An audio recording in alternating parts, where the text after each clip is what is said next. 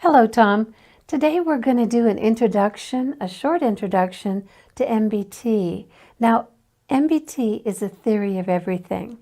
A toe, a big picture toe, a big toe.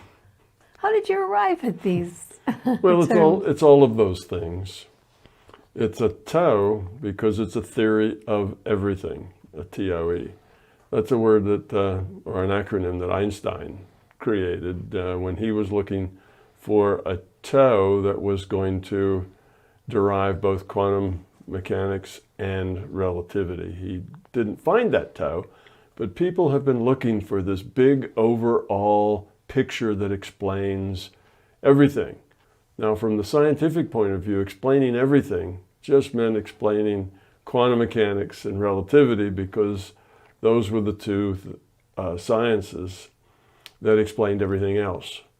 So that's why that was a toe, theory of everything. And they knew there had to be this overarching theory because there's parts of quantum mechanics that are just philosophically at odds with parts of relativity. They just aren't compatible in some ways. And that means there must be something bigger that can derive both of them, something more comprehensive from which they're both a part. So each one of those sciences does some part, but it doesn't do everything. It just does a part. And there must be some science at the higher level of aggregation that actually derives those two and explains those two. Now, mine's a big toe because I don't stop just with explaining the objective world, science, quantum mechanics and relativity. I also explain the subjective world. So it's all about the physical world, the objective world, but it's also all about the subjective world, mind, as well as matter. So that's why it's a big toe. So, would you say it unifies by building a common scientific foundation? Yes, that's exactly what it does. It builds this foundation of understanding. That's what we talk about when we talk about a toe. It's a theory that lets you derive everything, including why you're unhappy, why you're struggling in life, why you feel unfulfilled. Those are all things that have nothing to do with the objective world. They have to do just with the inside world, but it describes all those things. So if you can describe all those things, then it becomes inclusive. Everyone and everyone's what needs to understand, be it the physical world or the interior world of mind, will all find a structure, a logical scientific structure that explains to them what it is they need to know, what the issues are, what the problems are, and a logical resolution of those issues. So yes, it kind of unites everything under one larger understanding. You say it's inclusive, which is widely acceptable, because it defines a common unified understanding from Buddha, mystic traditions, and Eckhart Tolle, self-help and development, to Niels Bohr and John Wheeler. Atheists and theists both find in MBT a logical system that explains and supports their views. Tell me about the application to physics. Well, yes, it is interesting that an atheist and a theist can both claim belonging to the same understanding, because one would think that they are very opposite. They certainly must disagree, that there would be no understanding that both a theist and an atheist, could agree to, but that's not the case. The theist can say, well, the larger consciousness system, that's God. And the atheist can say, aha, there is no God, there's just a larger consciousness system. And now their difference just boils down to the word they want to use to describe the same thing.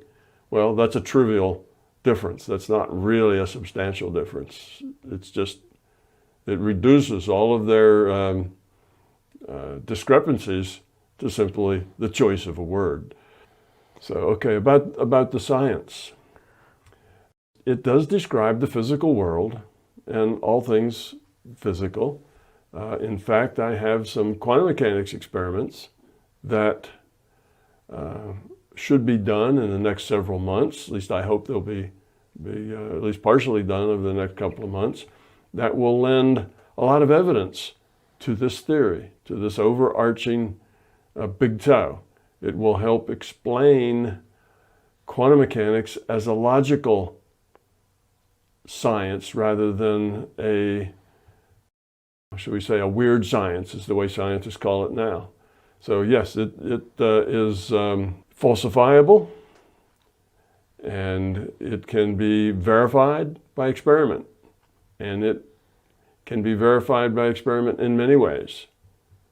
So it is a science. It's not just another set of beliefs. It's really a genuine, legitimate scientific model. The fundamental concept in MBT is that reality is information-based, an idea that it's gaining ground rapidly among physicists worldwide. Yes, it is. I'd say that 25–30% of all the physicists out there, probably a higher percent if you just talk to the younger ones, or even a higher percent yet if you just talk to the younger ones that are in the best institutions, like Caltech and the MITs, and over in Europe, CERN and other places where the best tend to get together. And that is because quantum mechanics and also neuroscience and several other things, biology as well, have been pointing toward this being an information-based reality. So it's gone in a decade and a half from a crazy idea to an idea whose time has come in science. It is the biggest growing concept in science, and it is a game changer. It's a big, big paradigm shift for science to go from a material-based reality to an information-based reality. Now, a good theory has few assumptions. How many assumptions does MBT theory have? It has just two. Yes, it's said in physics that if you're trying to describe something fundamental, then it has to be simple and it has to be elegant. And part of that is what's called Occam's razor, which is a philosophical thing that says that the simpler thing is likely to be true. If something is usually complex, and if it's a fundamental thing, then it's probably not true. The fewer assumptions, this is one of Einstein's quotes, the aim of all physics, he said, was to explain the largest number of facts with the fewest number of assumptions. And basically, I have just two. One, that consciousness exists, which is not too wild since we all believe we're conscious, and that evolution exists as a process whereby try everything and keep what works, discard what doesn't. That's the basic process of evolution. I think Einstein would be very happy. Tell me something about the origins of MBT.